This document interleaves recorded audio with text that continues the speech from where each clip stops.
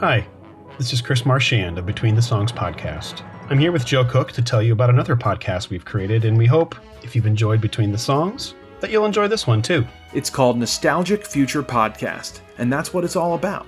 Chris and I dive deep into our nostalgia, all the pop culture stuff that we grew up with, and we examine how it's influenced our lives and how that continues today and into the future. So join us for fun discussions about some of our favorite movies, television shows, music, books. Really, nothing is off limits. We even have special guests on from time to time to talk about some of their nostalgic obsessions. Check out Nostalgic Future Podcast, available now on all the big podcasting apps, and you can also follow us on social media. It's Nostalgic Future Podcast on Facebook, Instagram, and YouTube, and we're at Past Future Pod on Twitter. Nostalgic Future Podcast, where the past is the only way forward. Hey, this is Mark Robertson from Ragamuffin Band. You're listening to Between the Songs.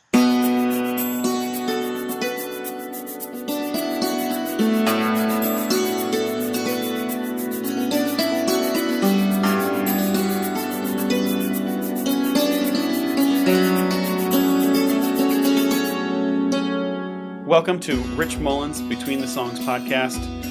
My name is Chris Marchand. I'm here with Joe Cook, and we are happy to present yet another bonus episode of the podcast. Hopefully you're getting used to the bonus episodes right now. But today we have the tremendous privilege of being able to give you an interview with Mark Robertson, who, if you're in Rich Mullins land, he is the bass player for the Ragamuffin Band.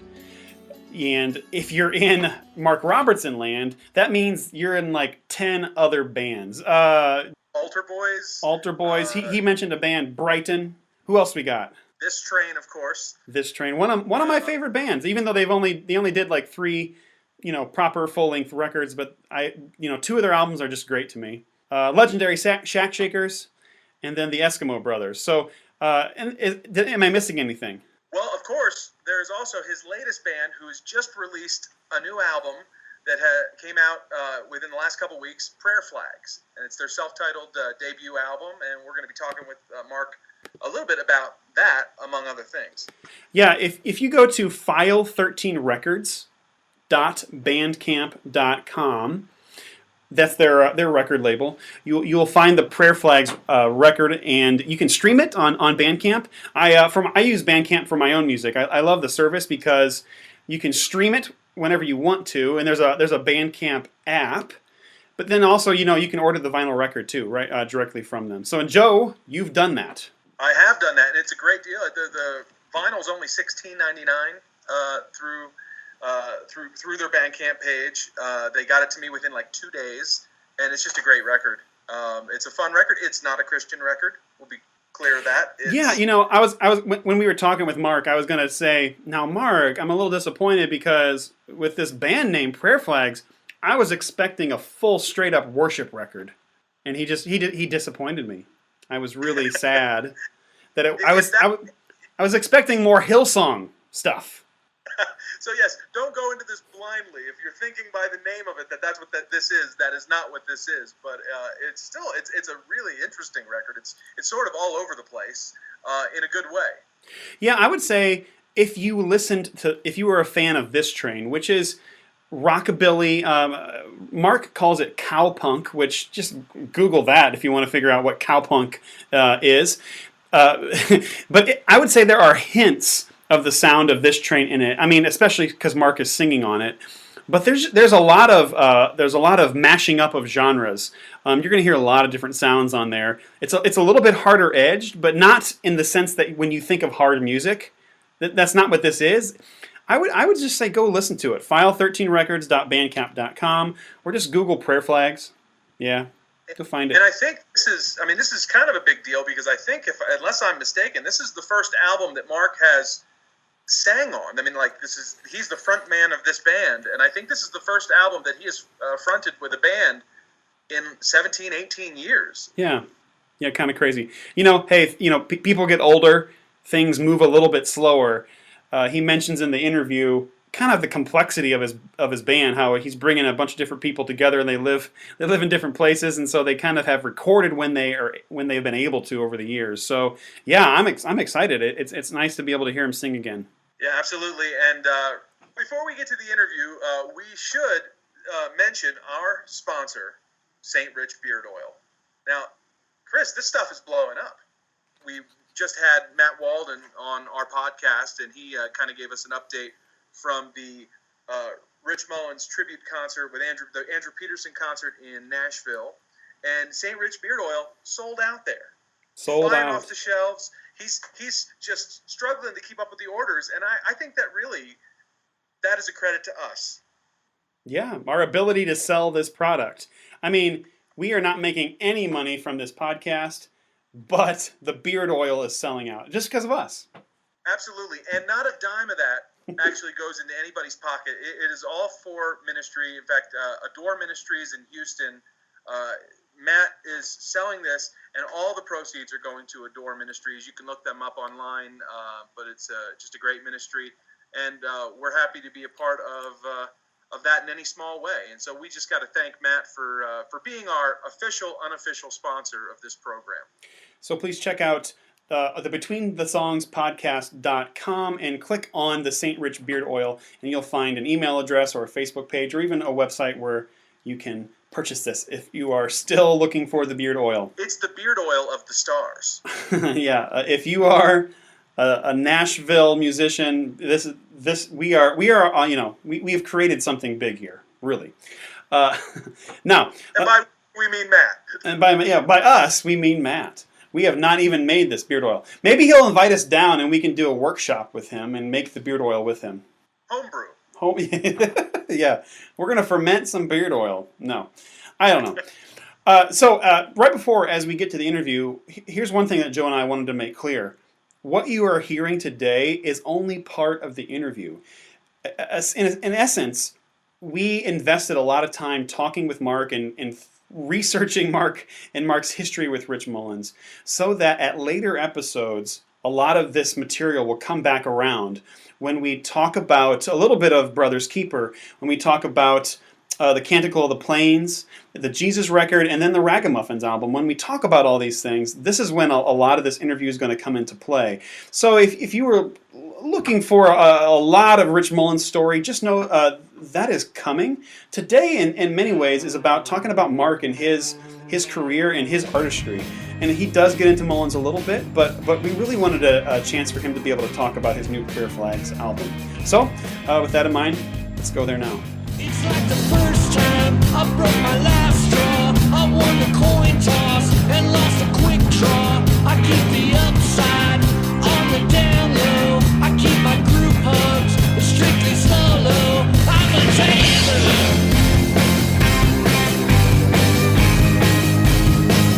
I'm Markham's razor.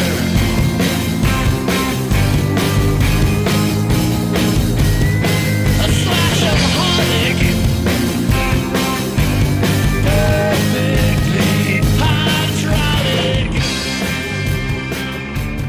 Okay, so to our listeners, you're going to no doubt be best remembered for your work with Rich and a Ragamuffin Band and maybe with This Train. But probably overall, you might be best known for your work with legendary Shack Shakers. I checked out your Wikipedia page because I wanted to see if you had a Wikipedia article, and sure enough, you do. And what was incredible to me was that Rich Mullins isn't even mentioned in your Wikipedia page, which is kind of amazing when you think about kind of the sort of shadow of his that has sort of loomed over so many of the people that have worked with him in his band and or just even been connected with him in so many ways. But you've really, I think that's a testament to the career that you've really forged for yourself in the years since then. But it really didn't touch on your CCM years at all, and you have kind of a deep history with CCM, kind of going way back to the Altar Boys in the early '80s. Kind of take us back to those early days. I mean, I know you were kind of always on the fringe of CCM, but how did you kind of find yourself in that scene in the '80s and '90s? Well, yeah, as far as the Wikipedia page goes, I didn't do that page, and I've never edited it. I just recently found out there was one. But so whoever did that, that must be their understanding of what I've done. You know what I mean? So, but I think, you know, in the very early 80s is when I first kind of found some faith, and I saw the Altar Boys, and it kind of, you go like, oh, you can integrate the two, you know, you can put it into the yard. And then I just kind of got known in those circles. So, I mean, I think it started with a band called Brighton, who did really just, we have one record on MCA that never came out, and that's probably a good thing. And then we signed with a Christian label called Pachyderm, and that record did come out. And then at the same time, I was playing bass for the Altar Boys, and I was playing for a band called Allies, doing some touring with them. And then John and Dino Elefante started bringing me in for session work. And so I think I just got established in that scene, you know, playing on other people's records. And, you know, your name pops up enough and people go like, oh, who's this guy? And then when I moved to Chicago, it jumped right in with Caesar Kalinowski and Wonderland Records in the, you know, early 90s. And I don't know how many records I did with him. As far as session work, I don't know, 20, 30 records. And I produced probably 5 or 6 records for that label. And that doesn't even count This Train, which was starting then. I've been making demos under the name This Train since probably 84. And I never really did anything about it until I probably had 75, 80 songs written before I really told anybody I was a songwriter. And I'd show a few things to friends in other bands that they would, you know, they're like, yeah, that sounds like that crap you like, or whatever. They didn't seem to take it that seriously, but I thought it was decent. And then when I met Jordan and Chris Wickless, the original drummer of This Train, they encouraged me. It's like, no, your voice is cool. It's just weird, you know, and I started getting more comfortable with that. And then, you know, that ties into touring with Rick Elias, which is what ties into Rich Mullins, you know. Because Rick is really the one who put me in front of Rich. At the time I met Rich, he didn't know or care about me one way or the other. It's just he needed a bass player in the Ragamuffin Band. And Jimmy and Rick were officially in the band, and they let them pick the rhythm section. So Jimmy picked Aaron Smith, Rick picked me. So you were touring with Rick prior to that then? I was. When I first moved to Chicago, gosh, we did this death tour. It was probably 4 months or more, making comically small amounts of money in a minivan opening for Margaret Becker. And it kind of was, Margaret had a real good thing going at the time, and she's an awesome person. But some of those gigs included opening for Rich, and that's how we got to know Rich. And it was just fun. You meet this like kind of real weird dude, and you feel a little less weird all of a sudden, and a little less like an outcast. And we, you know, found out we liked a lot of the same books, you know, like maybe A Prayer for Owen Meany. That was on Rich's list as well as mine, as well as Rick's. And then maybe Confederacy of Dunces. And then you get into stuff like Chesterton, you know, the more sort of weighty stuff, Chesterton and Karl Barth and people like that. But it was fun to see somebody who went a little more esoteric with things, you know.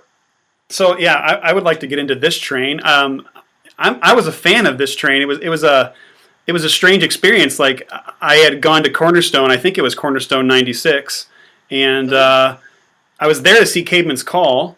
And then you guys popped up before they played, and it was kind of like just a blast of fresh air. I was really surprised by you guys. I guess my question is somewhat about the Christian music industry. Like at that time, it seemed like labels, even though they were small labels, they were supporting niche sounds and niche bands. You know, people may not know this, but your record label even threw some money at you guys. You guys did a video for She's a Rocket. Yeah.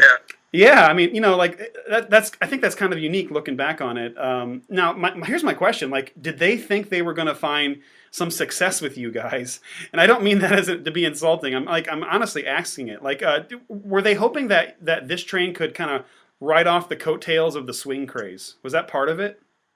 Well, we sort of predate the swing craze, but that does tie into it. Man, I really don't know what they were thinking, and it's kind of funny when I first started pitching this train to people. That would have been '94 when I worked up the nerve. We had a couple cassette demos that John. Would that be this here? Hey, there you go. Yeah. Irregardless. Boy, that's the very first one.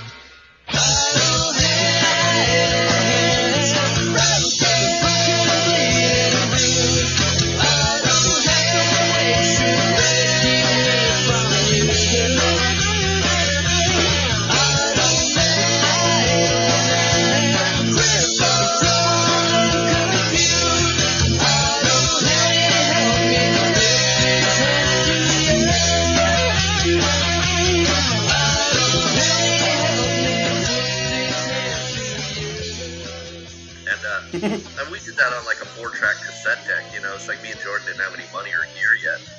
So I started pitching it, and the funny thing is, in '94, a couple labels, they just said, you're too old. Mm-hmm. It's like, you're not going to sign a crappy record deal, because that was kind of the reality of it. 22-year-olds sign bad record deals, 30-year-olds don't. Mm-hmm. So I'm like, okay, now what? And then and John Thompson really believed in the thing, and he thought it was fun and different enough, and he's very much into the indie scene anyway. So that led to us going with liquid discs for the first record, You're Soaking in It, the first real record. But I don't know, man. I think we didn't have any real illusions with this train, so like when it's not a pretty boy band, I never really was aware of what it would take to be a big contemporary Christian artist. If you know what I mean. It's like I came out of punk rock and skateboards, and we were just trying to have fun. Mm-hmm. And we thought if we're having a bunch of fun doing it, someone else will too. Mm-hmm. That was the hope. So we always saw it as a niche-y thing. But to be honest, it probably because of Rich, it grew well past what we thought it could be. We just thought we were going to goof off, and I'd play bass for Rich to make a living, and this train will play to 20 people, whenever we can get around to it. But it really worked out well for the band, because Rich started giving us a bigger and bigger audience. And I don't remember how Cornerstone got on to us, but they were very good to us. We played several Cornerstones, and Mm-hmm. I mean, I think I played from 1990 to 2000. I played at least with one act every single year of Cornerstone. That might have been one year. It might have been Rich and this train. One year it might have been Rick and something else. Brighton even played Cornerstone in '90 on the new band thing, and I can't remember who else. I played with Stonehill there. I played with Phil Keggy there. Altar Boys, of course. Did a really cool reunion show there. Just a bunch of people. But back to this train thing, I didn't know what it was capable of. We were just goofing off and doing what we thought would be fun. And the band gave me a ton of latitude to chase down what I was trying to chase down. And you can tell from the Mimes of the Old West record, I mean, it's all over the place. Some stuff does sound fairly 90s, like 90s rock. Mm-hmm. But some stuff, I'm still getting into the Louvin Brothers and old Southern Gospel kind of kooky stuff. Do you fear this man's invention that they call atomic power? Are we all in great confusion? Do we know the time or hour when a terrible explosion may rain down upon our land, leaving horrible destruction, blotting out the works of man? Are you ready for that great atomic power? Will you rise and meet your Savior in the air? Will you shout or will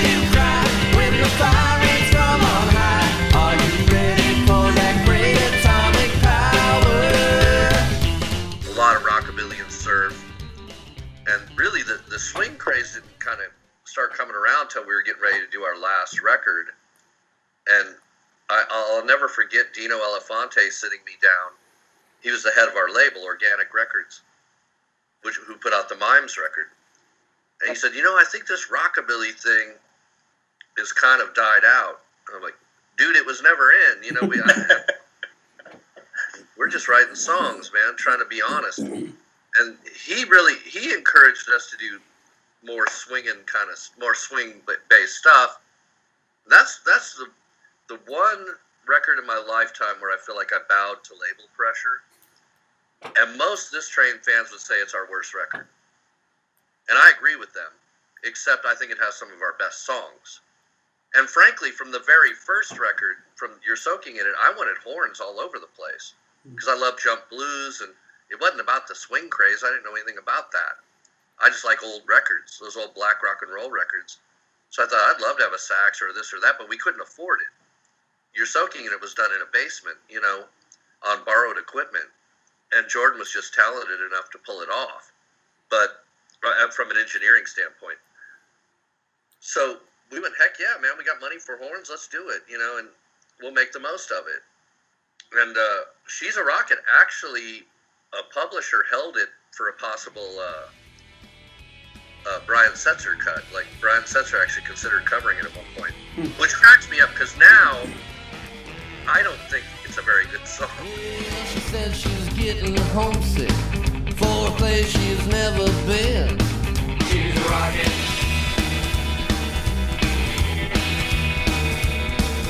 She says this world ain't no place for a girl to settle in. She's a rocket.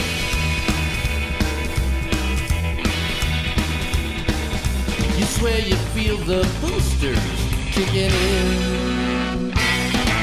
She's a rocket. Gonna fly as soon as she can. She's a rocket. Blast off to the promised land. She's a rocket. On the wings of desire, she'll blow this place. She's got the need, the speed, and the pace for the race. Come on and give that girl some space. She's a rocket. Like, it's kind of dopey. The horns were cool as heck if you like that, or you were put off by it if you went, oh, they're just doing the swing thing. But the song itself is pretty dumb. And there's a couple pretty dumb ones where I was kind of reaching at the end for lyrics. But I think the other real horn swing kind of song is called We'll Leave the Light On, and I'd put that up against anything we ever did. Yeah, That's my favorite song on that record. Oh, by far.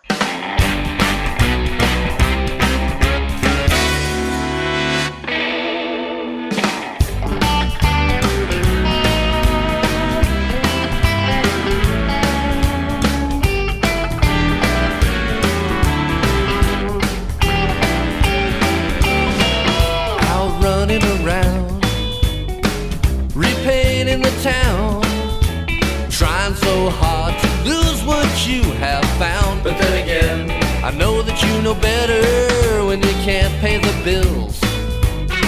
All the wages of sin will leave the light on for you. Come on in, back home where you belong. We will not ask you where you've been. The cap will get so nervous when he sees you come walking back in. When you're tired of the hole that you dug yourself in, we'll leave the light on for you. Come on in, come on in. My favorite song, and I'm kind of being goofy with this, but this kind of typifies my favorite moments with This Train. I'm not really truly serious with this, but I love jazz. I just love the moment that you created. It was such a unique little thing. Like, I mean, I'm like sitting here thinking, like, where's this guy coming up with this stuff? This guy's out of his mind. I loved it though. Well, that was kind of that was the idea to paint that picture, Yeah. I think what it was on a few songs, especially the swing stuff, I was afraid that the core band wouldn't be able to do a convincing job. Like, we're like punk rock dudes who happen to like rockabilly and country, but we weren't even very good at it. I think that's what was cool about This Train is we were kind of accidentally inventing our own little niche. in some ways because we weren't good enough to do like jazz. No way. So we get these like jazzer dudes, or people who understand it. Aaron Smith played drums on a couple of cuts. And then the sax player, Jim Hoke, is really into jazz. Then we had a keyboard player who was and they're goofing off in the control room between takes doing serious bebop stuff, which I don't even know what that, it's like I don't play that, but I like it. So I said, hey, do a bunch of that crap, and I'm going to do a rant over the top. And I just played the dumbest, most random bass, kind of thing I could come up with. This was the one where Elvis went to Vegas and Miles went to Fusion? That's correct, yes. They both did, to be fair. So I just had them do it because it sounded funny to me. And they were really cooperative. And then I took the tracks home that night and just drank a pot of coffee and went nuts. And, You know what this world could really use about now? Jazz. You're probably thinking we already have jazz, but we don't have jazz, not real jazz anyway. Don't be deceived by the false prophets of jazz, elevator jazz, doctor's office jazz, double decaf skinny latte jazz, and worst of all, jazz fusion. Simply owning a saxophone does not necessarily a jazz man make, my friends. Kenny G is not jazz. He is the anti-jazz. You may argue, but his music is so relaxing. Since when was jazz supposed to be relaxing? We need to get back to real jazz, true jazz, 1967 Greenwich Village type jazz, Sonny Rollins, Ornette Coleman, Roland Kirk. And don't forget the king of jazz, the Elvis, if you will, of jazz, Miles Davis. Was Miles here to soothe you, to relax you? No way, man. Miles was here to challenge you, to expand your mind, man.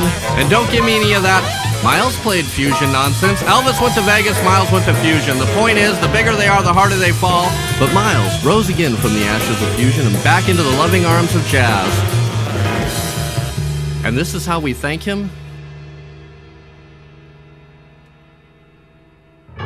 Man, that was deep. But I like that a lot.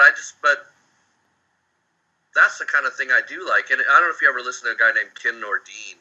He's a 60s dude. He did this thing called word jazz.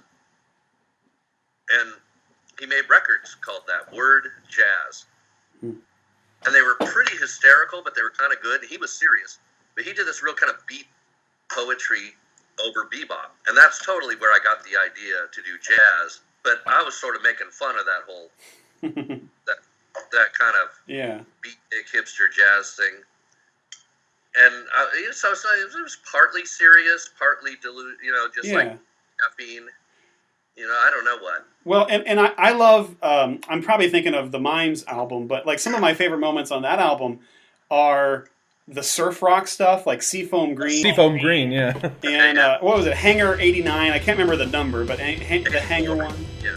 And Hangar 84, yeah. Hangar 84, yeah. And to me, I was like, I guess growing up in the 90s, I didn't get exposed to things like surfer rock other than the Beach Boys, I guess. And so it was kind of like, what is this stuff? And it was like you were introducing us to something that maybe like kids like me normally would not have gotten. Oh, that's cool. Well, and really, honestly, that was kind of the idea. I remember the first time this train played, we were living outside of Chicago. There was a rockabilly scene in Chicago. I kind of did push Cobra Joe at first. When he showed up, he was just got out of college. He had long hair and big sideburns. I'm like, hey man, how attached are you to that hair? we're kind of gonna. It was sort of meant to be a reaction to grunge. We're like, there's plenty of people doing that better than we could. So let's go with bright colors. Let's be funny instead of depressing. Let's have, go for a kind of a classic look. Or bowling shirts. Yeah, whatever. Yeah, that kind of thing. And the guys really went for it. And Jordan's the one who really got into surf instrumental stuff. I mean, I was always aware of it, but that stuff goes deep. You get into the British side of it versus the American side of it. Then I found all these weird records from like Turkish surf bands. They're terrible unless you find that kind of stuff amusing and interesting, which I do. You know what I mean? That's so cool. We just sort of dipped our toe into whatever we could, and we had hoped that it would be cool, that other people would discover new kinds of musics. That was one of our big hopes with this train. And I think you could say that for maybe Joy Electric in the electronic thing. I think they turned a lot of people on to like, what the heck is this? And I happen to think their first record is genius. And I'm the only one at True Tunes magazine that did, so I wrote a review about it. And I just don't think people knew that scene existed. So you get like the Martin Brothers, you know, Starflyer and Joy Electric. They turned a lot of people onto music they would not have known about if all you do is listen to contemporary Christian music. I was just listening to Joy Electric last week. It's funny that you mention it, and I just purchased some Tangerine Dream and some the Audubon album from Kraftwerk. Yeah. So anyway, Even creatively, it was a big jump between You're Soaking in It to Mimes of the Old West, and then going on to the final album. Was that stuff getting harder to emulate on the stage live? As far as like making the recorded version work live, Yeah. man, I've always seen records and live shows as two different things. Anyway, like if you listen to the Shack Shakers records versus the live show, they have zero in common, and we were very comfortable with that. And the same goes for this train. I think live is live, and it was definitely more punk rock and more sort of basic. But records, the guys really kind of let me dream the dream, because remember in the early 90s, I'm a pretty young but very ambitious producer. And I'm between You're Soaking in It and Mimes, I made 3 industrial records under a fake name.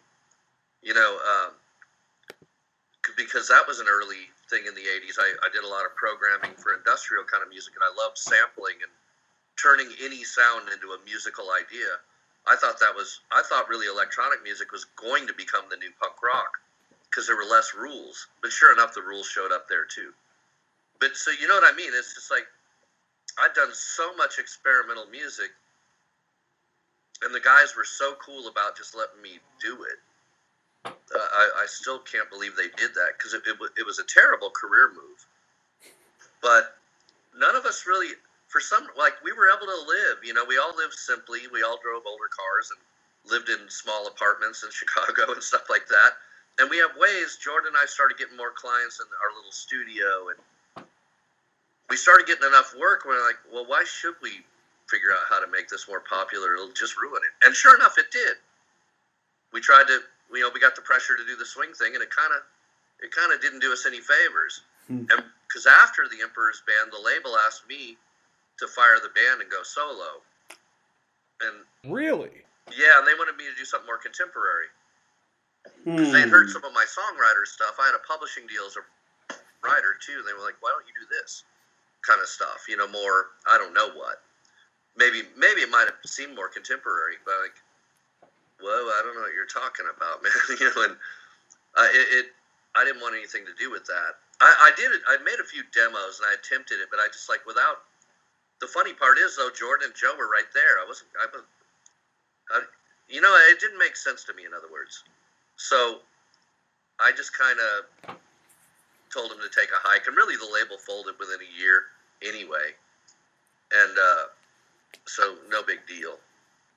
And the world is not worse off for that label being gone. Well, let's get into Prayer Flags just a little bit. Now, I remember this had to be like 3 or 4 years ago now, hearing that you were in a new band called Prayer Flags. And I think you posted a demo on SoundCloud. And having been a big fan of this train myself, I was really excited to see that you were fronting a new band. And then we didn't really hear much for a while. And then like every maybe 6 months or so, we'd hear like, oh, Prayer Flags played a show somewhere. It's like, oh, cool, they're still together. But kind of just sort of waiting to see what was going to happen with this thing. Well, it's here. The album just came out. But first, before we get into the album itself, like, how did this all come about? Tell us a little bit about Prayer Flags. Okay, I have a buddy named Harlow, a very close friend. He's a guitar player. And we got very close very fast in the early 2000s when I moved to Nashville. We both were living in Chicago. We had met but didn't really know each other. But then I had this residency gig doing, this train used to play at it a lot. It was very popular in this little hipster bar in East Nashville. And Harlow and I started hanging out. We became very close. And he always wanted to do a project together because we're such good friends. He wanted to be in the Shack Shakers. That wasn't right for him. He wanted to do one of my country things. That wasn't right for him. He really just can't play that stuff very well. But he makes great noises. And he's a really cool dude. And he has a great aesthetic. And he's one of the only guys in town I can talk to about pretty obscure bands like Swell Maps or Half Japanese or certain things. You know, he would indulge those real esoteric things that I liked, and he even turned me on to lots of stuff I hadn't heard. So I said, well, let's just do whatever the heck we want. Let's not do roots music. And I kind of went like, I'm really good at story kind of songs from this train, but let's not do that. Let's just not do anything we're good at and try to, or that we know we're good at. And let's just try and make something up. And that's what we did. So, and the reason the record took forever, there's a lot of reasons, but, you know, I tour a lot and play a lot. Harlow's got a couple kids, and he manages a nightclub. The drummer was a professor of architecture in Sydney, Australia, so we only got access to him a couple times a year. And now he lives in London, and he's finishing up his doctorate in architecture, so he's a little closer. And there's talk he might take a position at Vanderbilt as a professor. So if that happens, we'll have access to it. But our steel player, also Paul, he's in a bunch of great bands. He's in Calexico, he's in Iron and Wine. He's in he plays a lot for Justin Townes Earle, Steve Earle's kid. So he's a busy dude. I'm a busy dude. You know, our drummer's busy having the largest brain I've ever seen, and you know, like, there's a lot going on. So it took us a while, but that was just kind of what we did. Me and Harlow would write a bunch of songs, and when David would fly in to visit, he'd spend the whole time recording drum tracks. Then off he went, you know. And then when Paul would get off the road, we'd have him come in and do steel or guitar or whatever. So it was a very drawn-out process. But in a way, it's like this train in a bizarre way. It doesn't sound like this train. But the idea was, we just went under the assumption that nobody would like it but us. Like, well, let's make a record for us. And I know from experience, if you make a record you really love, someone else will too. But I can't figure out what people want. I can't work that way. And at this point, I'm 55 years old. So I'm not going to be a big star at it anyway, in that, as an artist, if you know what I mean. So I just went, well, great, that takes off all the pressure. Let's just do something fun and noisy and weird. And I mean, I think we'll get better as we go, you know, but this first record, I've always had a good engineer as a partner.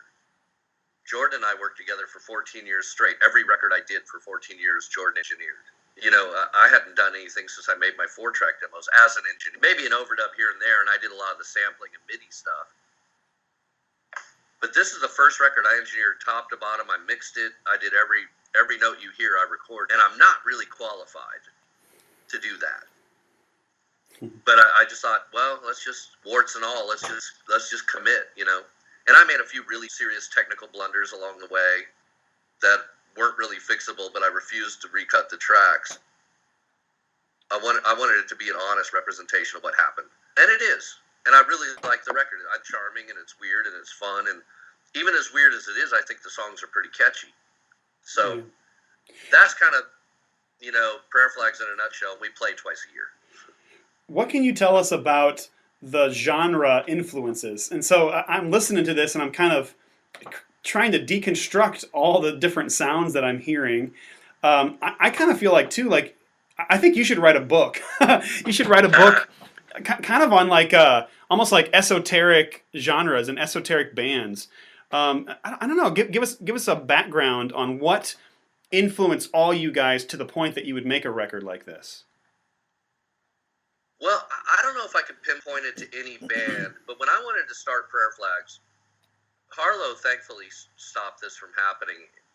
But the original version we rehearsed, I was really obsessed with, this will sound stupid, but there's a band called Wall of Voodoo.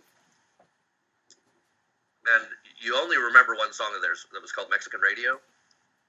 But their first EP and their first record, I think, are genius, and only I think that, apparently.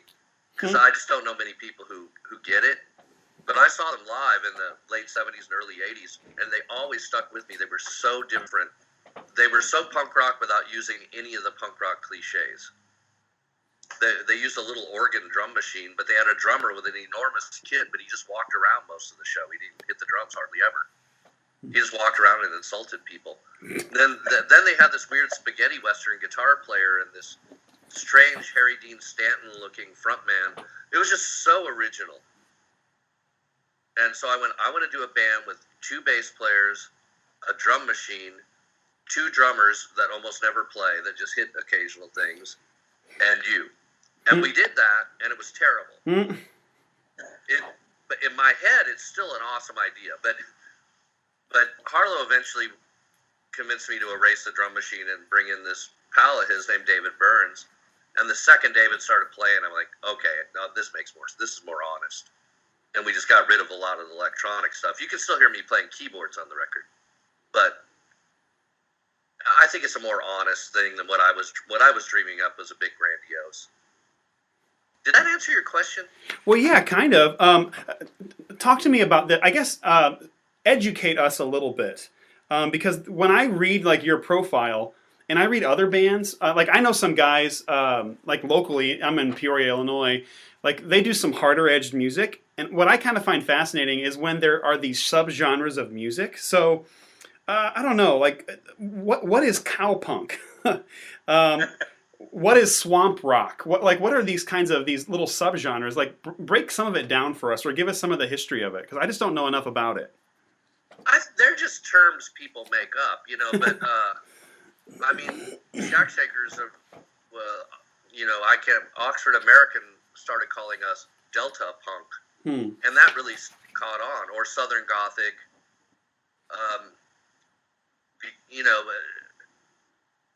It's just a way to let people get a clue as to what they're about to hear, and it wouldn't do to call Prayer Flags a rock band, because it gets into more of a post-punk art rock kind of thing, and but I don't know. I mean, it's like Harlow and I just liked certain bands, but I wouldn't say they influenced Prayer Flags.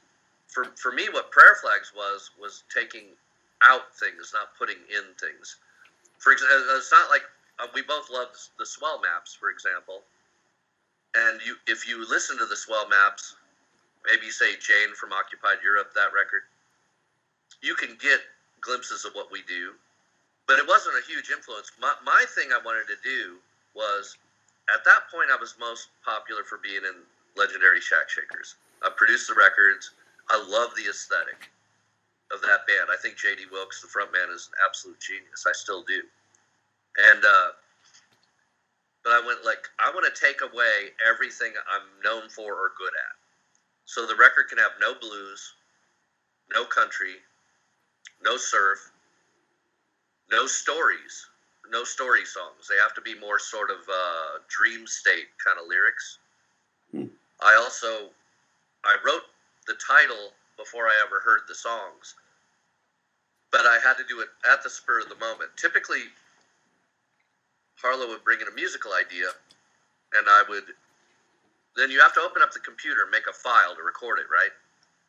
And I went under the assumption, we threw a few tunes away, but I went under the assumption that this was going to be a song, no matter what Harlow plays for me, because I got this idea, I really like it. I go, great. I turn on the computer, I open up my Logic, my recording software, and I name the song before I've ever heard a note.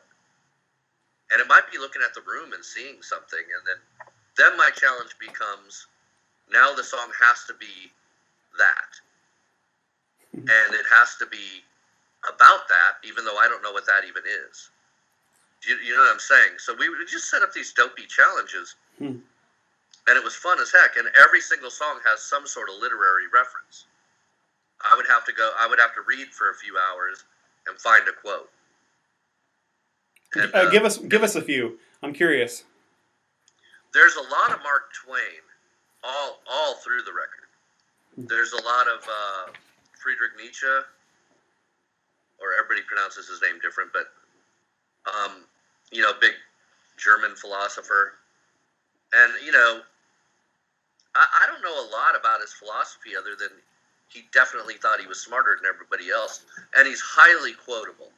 Yeah. So I used a lot of his stuff, and he did a weird kind of like fake religious book called Thus Spake Zarathustra.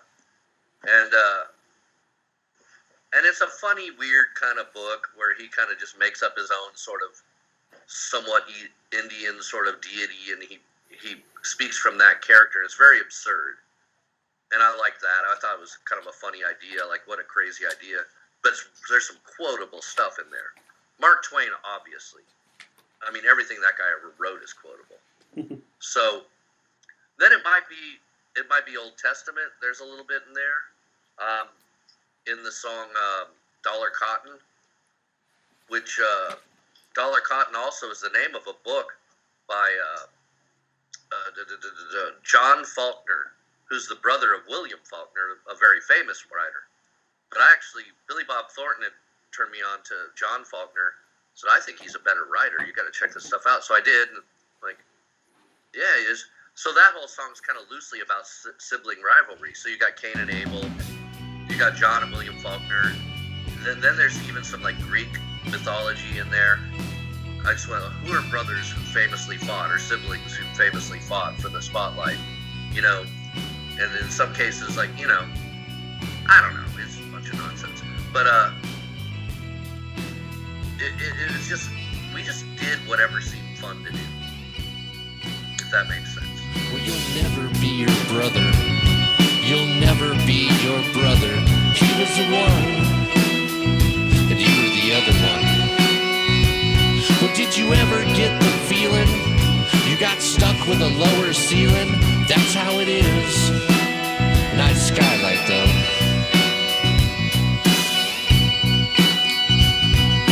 Pickin', pickin', pickin', pickin', Dollar Cotton. Tell us a little bit about Jackson Raises His Shields.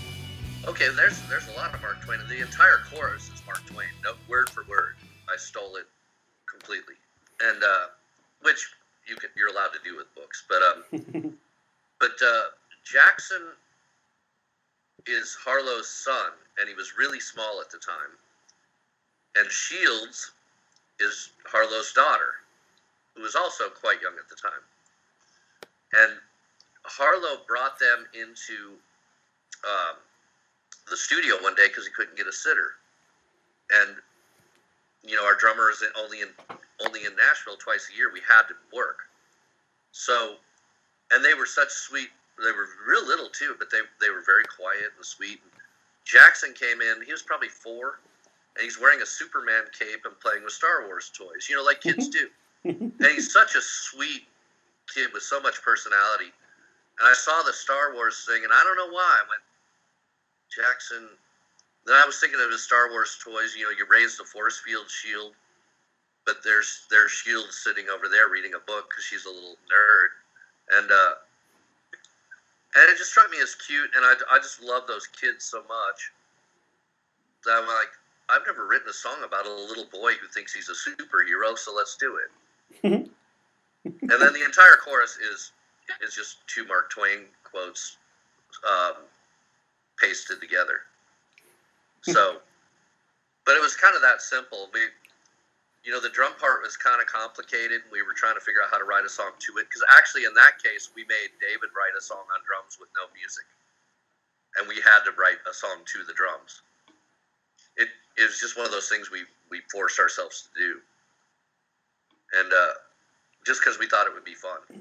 But it turned out to be really hard. Well, I'm curious to see if we're correct on this. Whose voice are we hearing at the beginning of the record? I have no idea, but something I've done in a million records. I've done them on This Train records, Shack Shakers records.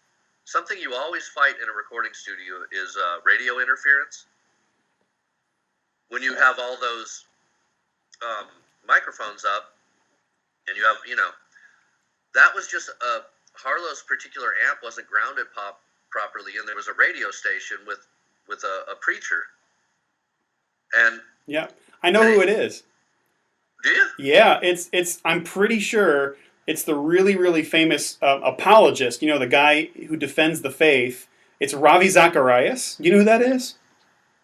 I know that name. Yeah, he has like Ravi Zacharias International Ministries. It sure sounds like him. It sure sounds like you know him. what? I have seen YouTube clips of that guy. Yeah, he's Indian. He's like Indian American. Correct. And I'm Yeah. really on the fence about his theology from what I've watched. But Yeah, who cares? You know, it just sounded really cool. He was getting really heavy. yeah, And yeah. I was like, oh, said, dude, crank your amp. And I just recorded 5 minutes of it. But then we didn't wind up using any of that. It just so happened right before Harlow started playing that song. That's exactly how it happened. He's like, in the matter with no hands, you know, like all that whatever that intro is. It just happened on the intro, and I kept it. In that hospital room with no hands, which she had threatened would never meet again in prayer as she accepted God. He's excitable. Takes no lip.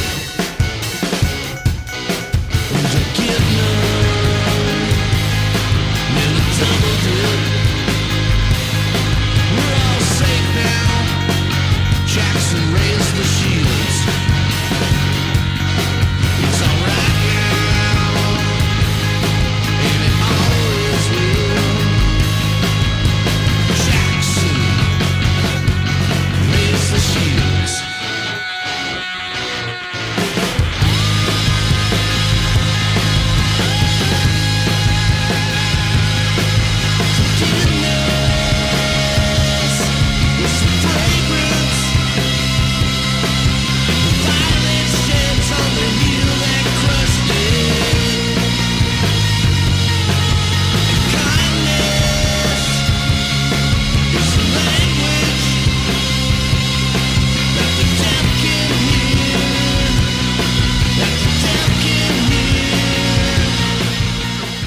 Or, you know, it's like sometimes I sort of like records I produced. Like I remember doing one in my house on a guy once, and it was just way too much traffic. So, it was weird because the song happened to be called Traffic Light 9. It's by an artist named Brad Lair. So we just opened the doors and stuck mics in the yard. You know, like if you can't beat them, join them, you know. So it's a matter of like, how can we make that part of the song? And, you know, I've done that I don't know how many times. I love it because it can kind of reshape the song, and why not? That is fantastic, because here we are, we're like, was that Ravi Zacharias? And we're here, Chris and I are debating the significance to that in the song. Yeah. Well, I mean, it made me tweak the lyric a little. Huh. Because I went like, oh, I see, this has more of a this to it, or whatever it was. You know, I was like, it was a pretty heavy-handed sermon, the parts I got to hear. But it was radio, you know, RF, so it kind of went in and out of making sense and in and out of hearing it. Yeah. So I was just getting snippets, but I love grabbing stuff like that because it seems like the best trick ever, and in fact, it's not a trick at all. It's just some people are very precious about the studio thing, where they go like, we got to get rid of any hum, or like, well, what if the hum sounds really cool? What if it's a good ambience? Yeah. So sometimes if something's humming in the right way, why not? Why not make that a like almost like a reverb effect or something? Just put it under there as a pad. I mean, Jordan used to a lot. I don't know how he stumbled onto this, but he used to take a guitar amp and set it on its back, and then set a hollow guitar on top of the amp, underneath a piano, a grand piano, then mic the strings. And it created the craziest chords and noises because it's vibrating the strings. You know, it's like anything can be music. Mm-hmm. And the nice thing about finding those kind of ambiences is they're not entirely foreign. I'm not using a million effects and making up weird sounds. The Shack Shakers never did that. If there's a sound effect, we went out and made it ourselves. all the blacksmith sounds on the Agrodustio record I was in a blacksmith shop for an entire day with a field recorder recording the guy. And some of them melted into songs well, some of them I wrote songs based off of. And no one really can identify it necessarily as that, but they know it's familiar. And that's just a neat thing about music, that it's the closest thing that actually can take you to the other side, if you know what I'm saying, from the physical realm to somewhere else. It's the only art form I know of that really does it effectively. So I like when you sneak in all those creepy sounds, because you don't know what it is, but you know it's something. It's right on the tip of your brain or your soul or whatever. And that makes music really powerful to me. If that makes any sense at all. No, that's what the Beatles did on "I Am the Walrus." If, even with live radio, they just mixed live radio into the song. And I think I read that John Lennon didn't know for years later that what you were actually hearing at the end of that track is King Lear. Oh, interesting. Yeah. Well, yeah, sure. It almost sounds silly to say, but so many things we take for granted are because of George Martin and the Beatles. I mean, methodology of modern recording is still so informed by them. And, they didn't literally start it. You know, there were a bunch of bands you've never heard of and never will who were doing that before them. There was a whole scene in France called Musique Concrète, which was all about assembling found sounds. Now, for the most part, it's unlistenable. It's academic kind of music. It's more the exercise was more important than the music you're hearing. But the Beatles and people like them were able to take that into a musical context. Go, how can we use this in a way that also happens to have a catchy chorus? Yeah, one of my favorite things from this train is the track Sandy, which is... Oh, that's the same thing as Jackson. Exactly, kind of that found, it was just this freak thing that happened, and I kind of love how creepy that track is. It's really creepy. That literally happened in one pass. We gave Stoney we had a lot of CB interference at me and Jordan's first studio, which was in Elgin, Illinois, Roswell East. We basically rented these office buildings in an abandoned church, an old, which is where the Jesus record demos were done, in the church itself. But we had a million issues of CB interference, and there was also a Puerto Rican church kind of down the hall, and they show up on a lot of records because they were just very loud, exuberant people, and it would get in our duct work in a really funny sounding way. So I used to mic the ducts a lot to try and grab that. But Sandy there's a CB truck driver guy named Stoney, apparently. We never found him, and his wife went under the name Lady Stoney, and they would always, it seemed like, I don't know how many sessions we'd have to stop the track because Lady Stoney's trying to figure out where Stoney's at right now. Is he coming home yet? Is he not? And then that particular night, I brought in this extra guitar player to do some stuff we didn't feel like we were capable of. Some hotshot dude. And we only had him for 2 hours. So, sure enough, Stoney is in full tilt trying to do the come on to Lady Stoney. So that's where all that Sandy, all that weird sexy voice stuff is. So I'm like, let's do a kind of a Girl from Ipanema kind of sexy Latin beat to help Stoney out here. We just started playing along to the CB track, but there's no editing on that whatsoever. Yeah. We made stuff on the fly, and we just recorded it as a snippet. On the sandy shores that get you gloomy.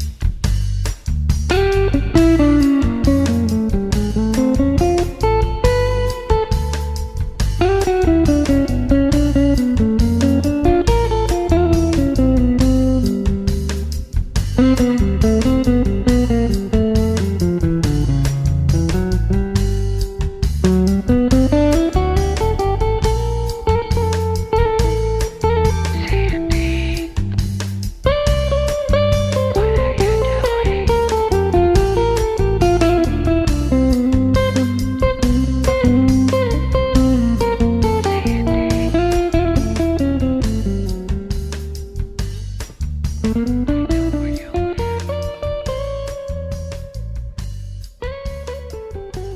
thank you.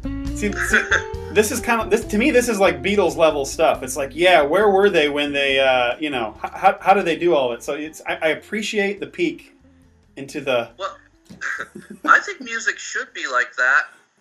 Music is really fun, and the studio. I mean, I give a lot of credit to Jordan Richter, who was a guitar player of this train and my studio partner for years.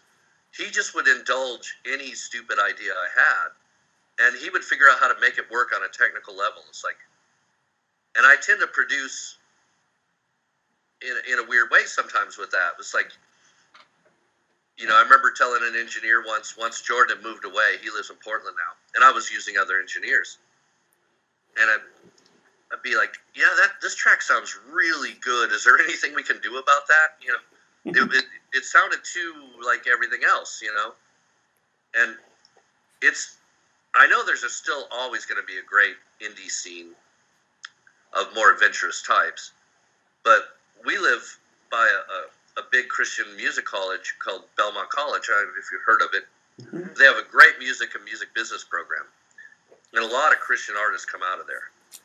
But I see these bands on a weekly basis around town, and it breaks my heart because they all sound like Coldplay or U2. Really, they sound like Coldplay ripping off U2. And it's always this slow, moody intro and a lot of whoa, whoa, whoa choruses. It stays on the same chord progression. It builds up into this big thing. They don't really tell you what they're talking about, but it alludes to it, And it's like, do we need more of that? I don't. I don't need any more of that. If I needed a slow, brooding, epic, genius record, I own Unforgettable Fire by U2. That's the only one you need. If you want big and epic and, cinematic, I don't need some dude who's never really lived any real experiences. I mean, no offense. That's great. To those guys, it's like, I don't believe them. So a lot of people in music, they copy something they think is cool, and it never, ever, ever really works. Because really, the only story you can tell is yours. And yours is way more interesting than you think. Because where you're from, like in Nashville, there's bands from Boston that act like hillbillies because they like the country music scene. Like, okay, that's just disingenuous. There's a million great stories in Boston or wherever you're from. Tell your story. It's way more interesting than anything you could make up. Mm-hmm. So you have to speak from your own experience and where you're from.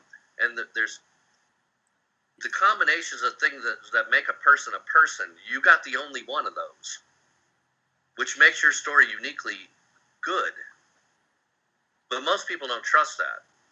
We're all afraid the world's going to figure out we're even less cool than we think we are. You know what I mean? So we're always trying to create these characters, and it's really sad. And if there's anything about Rich Mullins, is the dude just had no ability to fake it. Mm-hmm. I mean, he wrote those big, huge hit worship songs, but he liked church music. He liked corporate praise, but he was possibly the best singer-songwriter ever in Christian music. You know what I mean?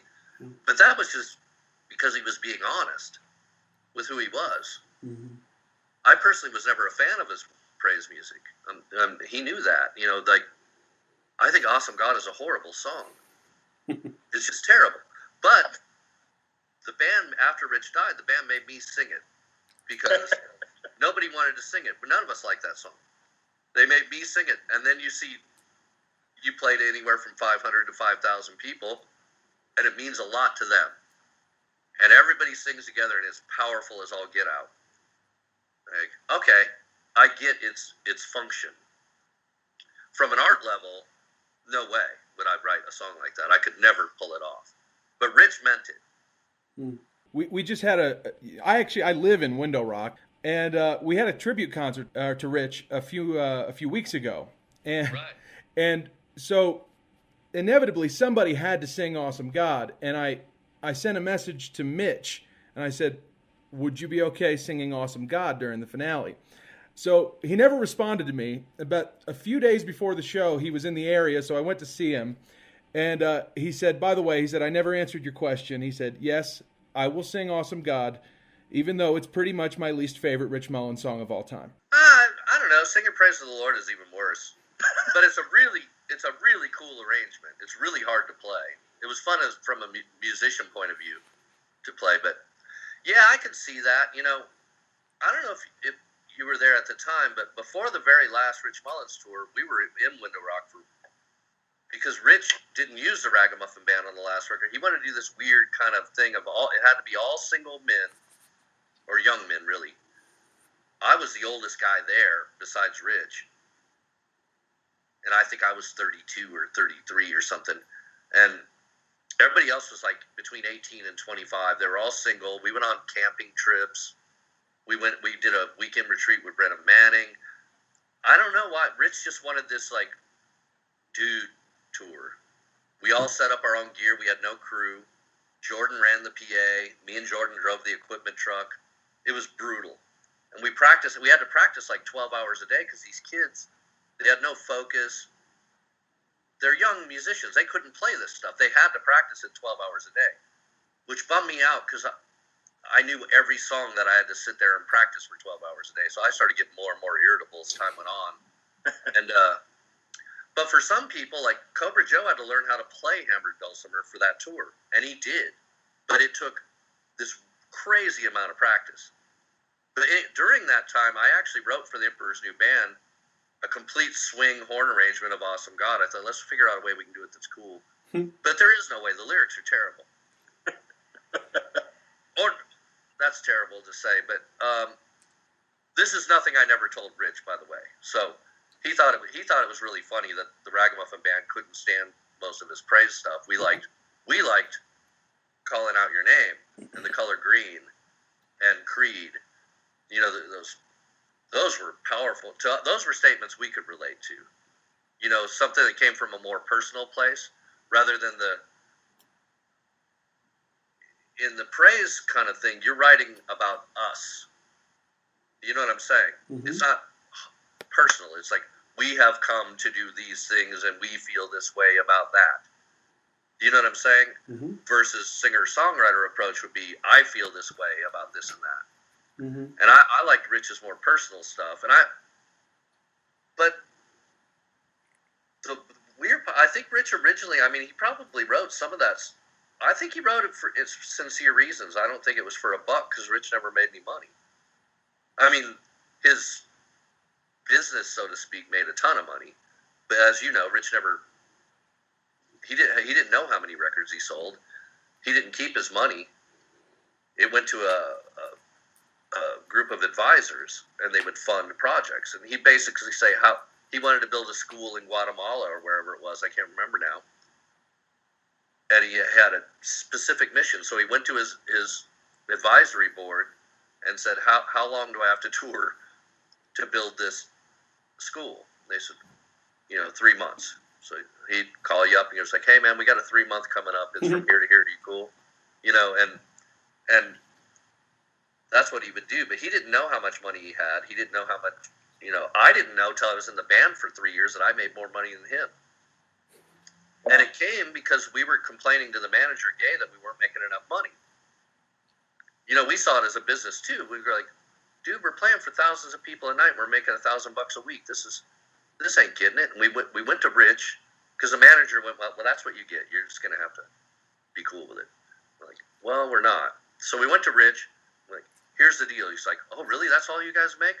Let's figure this out, man. I hope you guys get it, but I can't intervene too much. I'll just tell Gay, I think you guys deserve a raise or whatever. And then I realized he made $24,000 a year at the time of his death. His board paid him the salary of the average blue collar American male his age, and that we give him a stipend. So pretty crazy stuff. I don't know how we morphed all the way over there, but sorry about that. Well, I have one last question. So, this pertains to your music and to your own career. you're not exactly within Christian music anymore, and you've been in some weird bands. Joe and I were wondering, have you ever received any criticism from CCM people or Mullins fans? You know, kind of like, hey man, why are you in this kind of band? And if so, like, what's your response to that? How do you respond to people if they're curious, like, what's he doing in the Shack Shakers? Yeah, well, to be honest, people have been nicer than I would have expected. I was totally anticipating a lot more criticism than I got. And I don't have an answer other than I'm kind of I don't know a not pretentious way of saying this, but I'm just an art dude. I like art. And I like, when I'm a bass player, the only consistent thing you could find in a band I would stick with for a long time, where I'm not the singer or the artist. I'm just playing bass and helping out, maybe producing the records. I need somebody who really believes what they're talking about. Does that make sense? Yeah. And so if you go back to the Altar Boys, I got criticism for that because their statements were so simple. Almost like punk rock cheerleaders, you know, like real simple, big statements, kind of big, dumb rock. So my art rock friends are going like, how can you play in this band? You know, it's like, have you seen him? It was incredible live. Mike Stan's one of the greatest frontmen ever, and he believed every word he wrote, and he sings like he believes it. I can get behind that. Would I write When You're a Rebel? No, I wouldn't. But I love that somebody did. And I love how much it means, how much conviction he can sing that lyric with. Then you go to Rich, like, absolutely. That mirrors a lot of things I thought about where I was coming from spiritually and where the books I like and the fact that he could go kind of esoteric, and I'd be like, oh man, you swiped that from Chesterton. I wonder how many people know. And Rich went really deep. And it was, you know, it was also, not to be crass, but it was a decent living. You know what I mean? But I would have done anything Rich asked. The last tour, he said, I can't promise what your salary will be. We're doing this. I'm just going for something here. I can't pay you your salary, but I'll pay you something. You just got to trust me. You're like, absolutely, let's go. I would have done anything Rich asked. But it came to stuff like that because I really, really believed in him. And part of the reason I stopped doing Christian music, I'm not bitter. I'm not jaded. I'm not any of those things. But I don't want to be in a band that sounds like Coldplay. And I kind of think Rich did it the very best it could be done. This is just from my point of view. And once Rich was gone, I just had less motivation to seek out those kind of projects, if you know what I'm saying. Mm-hmm. Meanwhile, my buddy JD is trying to do the Shack Shakers, and he's struggling. And I totally got what he was going for. And, but the live presentation was pretty crass. So yeah, some of my Christian friends would come to the shows. They were pretty disappointed by it. But again, it's art. I don't happen to think God's feathers get too ruffled by different presentations of it. Do you know what I mean? I don't think anything is foundationally challenged by any point of view. The truth's going to come out eventually. You know what I mean? It all kind of sifts back down. I had no issue being in the Shack Shakers. I didn't quit the Shack Shakers for for pressure from my Christian friends or anything like that. And a lot of my Christian friends slowly started to get it. They were like, I see what you're going for. I see why you do that. And then this, you know, like maybe Prayer Flags is more of a hodgepodge of, you can find some spiritual stuff in there if you're looking. Some of it's utter nonsense or stream of consciousness. But it's an honest record. But that's what I really want from any artist. Mm-hmm. Is honesty. Eskimo Brothers, in a way, that's slightly more crass than the Shack Shakers. It's not as gross, because JD was a very gross frontman at times.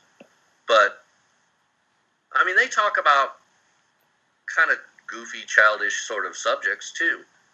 But again, great frontman who really means it and really goes for something. But it has no effect on my personal life, if you know what I'm saying. Mm-hmm. People assume you say you're hanging out in this bar with these people, so you must be tempted or whatever. I'm like, not really. I mean, if you know where you're coming from, if you have a certain amount of grounding in who you are, that stuff just looks silly. It's way easier to avoid than it sounds. It's like you're not going to find out. I mean, we're all going to die someday, but mine ain't going to be of a drug overdose. I did that when I was a teenager. I know all about that stuff. It's not a temptation to me, even if I'm around it all the time. It's like if you know who you are and you start learning to like who you are, all that stuff, you just see it for what it is. So when people think of it as a temptation or you're condoning something, like I don't see it that way at all. I'm playing bass and trying to be an artist and trying to do things artfully. And a lot of people in my world who used to do drugs don't anymore. I was able to be in a helpful place for that. Do you know what I'm saying? So I don't know. I don't like the modern church idea of having to be totally cleaned up before you get there, before you're accepted into the church. That's wrong. That's not scriptural. If you know what I'm saying. I think the modern American church is in a lot of ways looking for safe, and in some ways what that has done is rendered us almost ineffective, in that we associate almost solely with other Christians in Christian environments, which isn't exactly what we are called to do. Correct. And it's kind of a shame, it's the whole concept of a personal walk, personal relationship. Well, is it or isn't it? You know what I mean? It's like part of what let me out of California when I was young was like, it just wasn't personal. It was so shepherding, and so it's like you feel like you have to fill out an application and qualify to be part of a church, and I just wanted nothing to do with that personally. But I found somewhere in Chicago or outside of Chicago that was more. They took everybody right as they came, right as you were. They let you be who you are, and let you start working on things. I found that a much more refreshing way to do things. Have you found anything like that in Nashville? Pardon me? Have you found a community like that in Nashville, like a Christian community? Is there something that exists for you that you've been able to find? It's tricky. There's a cultural thing that goes with it in Nashville sometimes, the Southern thing, which I love living here. I love the South. I kind of started going for something where Rich and I used to kind of jokingly debate about this a lot. He always asks me, he's like, why won't you really fully commit to a church? I'm like, because I don't like preachers. I just don't. I don't. It becomes very cult of personality very fast. It becomes monetized or politicized. They start talking about voting, which I don't think should even be talked about in the church. It's like, personally, that's up to the individual's convictions, and I think it should be private. So I started going more like, say, St. Bartholomew's Episcopal Church in Green Hills, because they sort of, the personality of the priest is much more lessened. They're not the priests aren't rock stars. Like I won't name names, but the big rock star pastors who are very famous, and they'll even say something that's not doctrine, but as far as their congregation is concerned, it is. And that's scary stuff to me. So I think I started, Rich was kind of leaning that way too at the end of his life, where the personality, because of the liturgy, it was more corporate than about one person telling you what's going on. And the priest was part of a service as opposed to being the dude, if you know what I'm saying. Yeah, I go to an Anglican church, so we're pretty big into, we all kind of like gather around the liturgy together, so it's like something that's way bigger than ourselves. I love that personally. Absolutely, I think it's important. It has a more ancient feeling, like we've been doing this for a long time. It has a cool thing.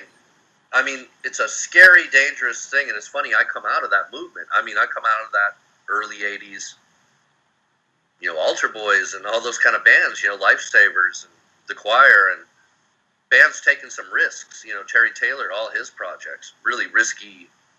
I don't think people realize how risky it was to be Daniel Amos in the early 80s. It wasn't an acceptable thing. Mm-hmm.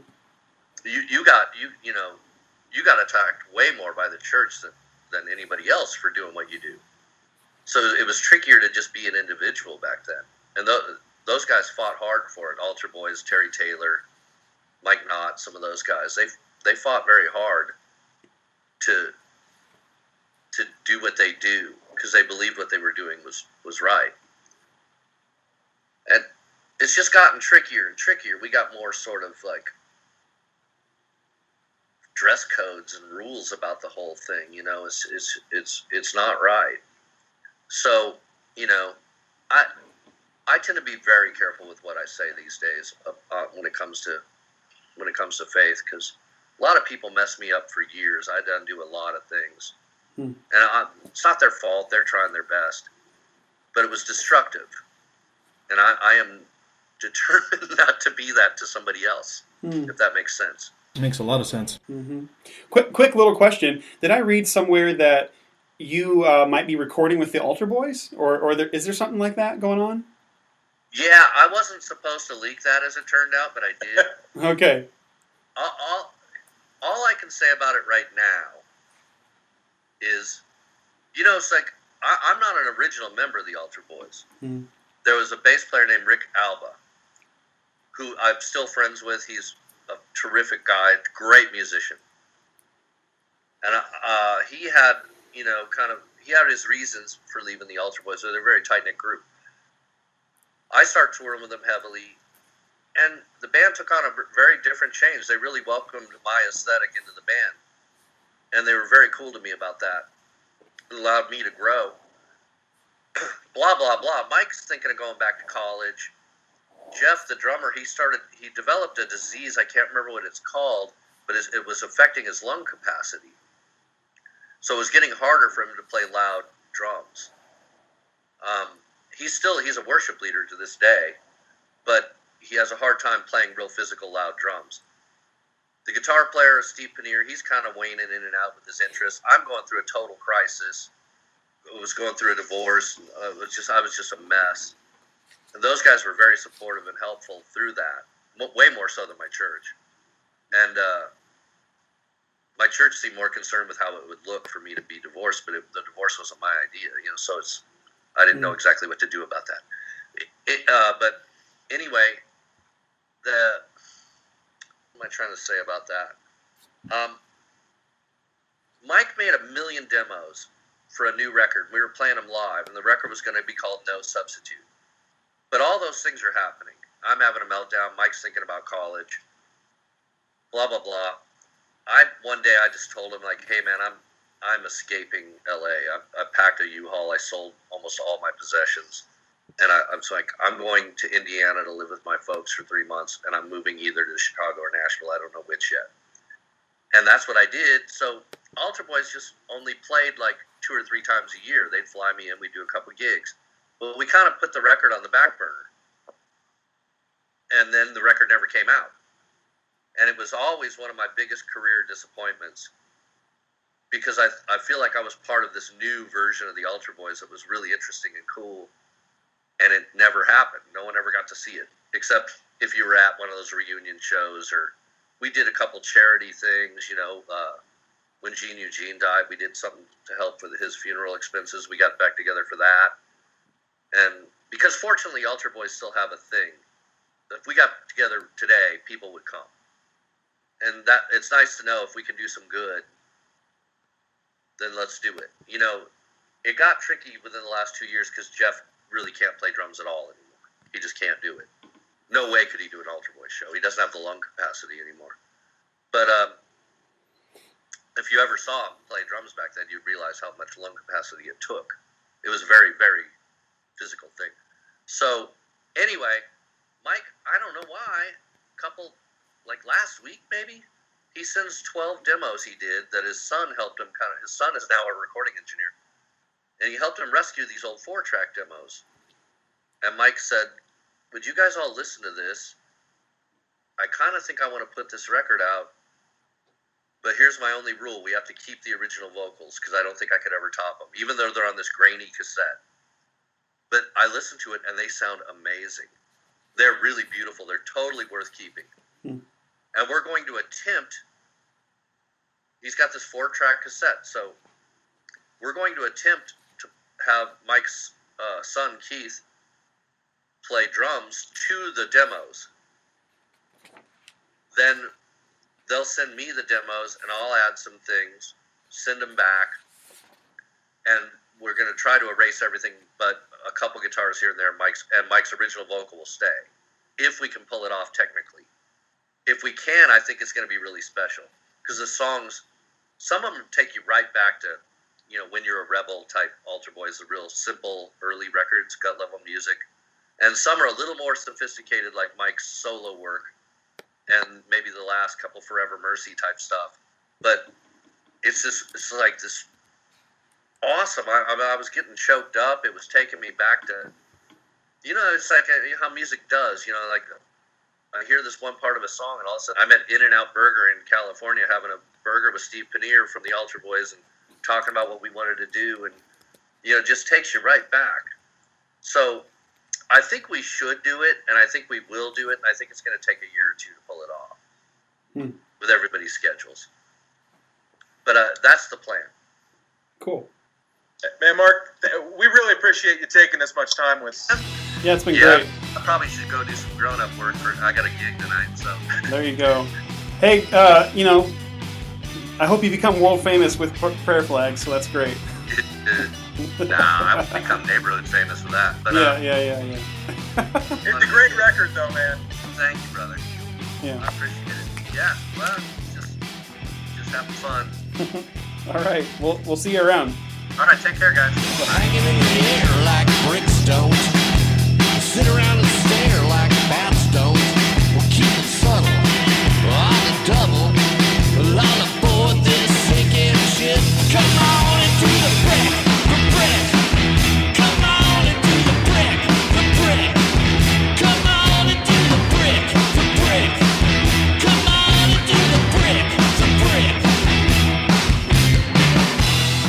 So thanks again to Mark for being part of the podcast. And again, look for much more material of Mark to be interspersed throughout the coming episodes between the songs. Obviously not as we go through Mullins' early albums, but coming along later. Now, one thing I hope that you really heard in our talk with Mark, 2 things. One, the guy's an artist. Well, actually, 3 things. The guy is an artist. He loves to just pursue wherever kind of his creative endeavors take him. I just think that's brilliant. I love the fact that the guy loves to meander and wander around and discover new things. Number 2, the guy is a walking history book of weird music. And I was trying to write down some of the names of the artists and stuff, and I did some of it, but I'm just kind of like, man, this guy has an encyclopedic knowledge of crazy music. So that's number 2. Did you? What? As during the interview, we smile and nod and act as though we've heard of these bands, which we yeah. He's just like, I was listening to this Brazilian jazz trio. I'm like, oh, okay. Yeah, of course. I have no idea what's going on. So I think that's amazing. I would love to just, I was serious. I said, write a book, man. He should. I think he could really kind of give us some interesting history on some of these bands. But nonetheless, okay, so that's number 2. Number 3, the guy is a blue-collar working musician. And what I mean by that is he is just like, it's his calling to just work, to do gigs, to do studio time. And of course I'm envious. And some of me thinks I would love to live that life. Some of me thinks I think it'd probably be hard to be on the road a lot, to constantly be playing gigs. But it's in Mark's blood, and I really appreciate the fact that he is a working musician doing his thing. It's really quite impressive. Anyway, that's all I want to say. My reflections. So we want to thank Mark Robertson for being on the program with us. Again, there's a lot more coming from Mark that you didn't get to hear today. In fact, you heard maybe a little over an hour. We were on the phone with him for like 3 hours. So there's a lot of stuff coming. on future episodes of Between the Songs. What we're going to do right now to close the program is back, this must have been about 2005, the Ragamuffins took part in an album that was released through the Legacy Ministry. It's a really obscure album, totally way out of print, hard to find, but I recently found a copy of a CD called Songs from Ben's House. So we thought it would be cool to end the show with Mark singing what I believe is one of his favorite Rich songs. I know that This Train used to do this song in concert as well. This is Mark and the Ragamuffins and Somewhere.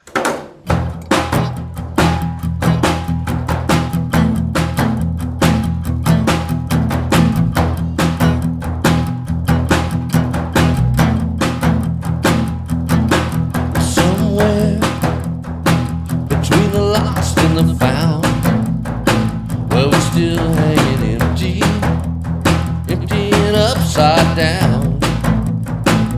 But I'm hanging on, though the fall may tempt me, and I believe in the dawn, though I tremble in the night.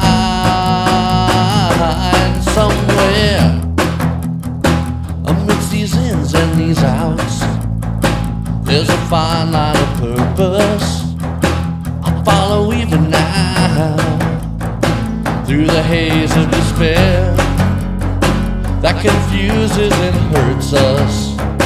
I look to see that you're there, and I run toward your light.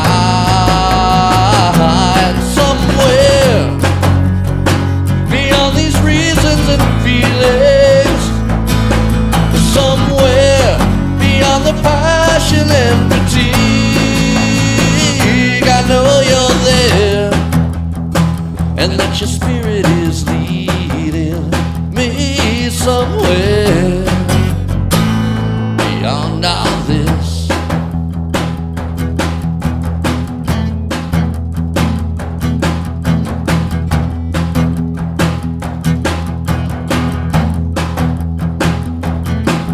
Someday, and I don't know when, but I know that you're coming back again, and the earth will burn away, and the sky filled with thundering, as it announces the day has finally arrived.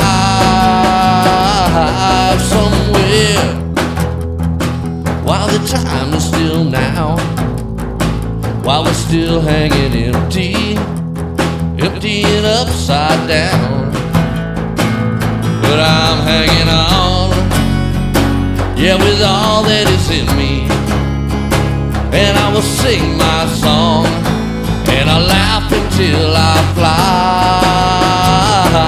Somewhere beyond these reasons and feelings, somewhere beyond the passion and fatigue, I know you're there, and that your spirit is leading me somewhere beyond all this. Yeah, somewhere beyond these reasons and feelings,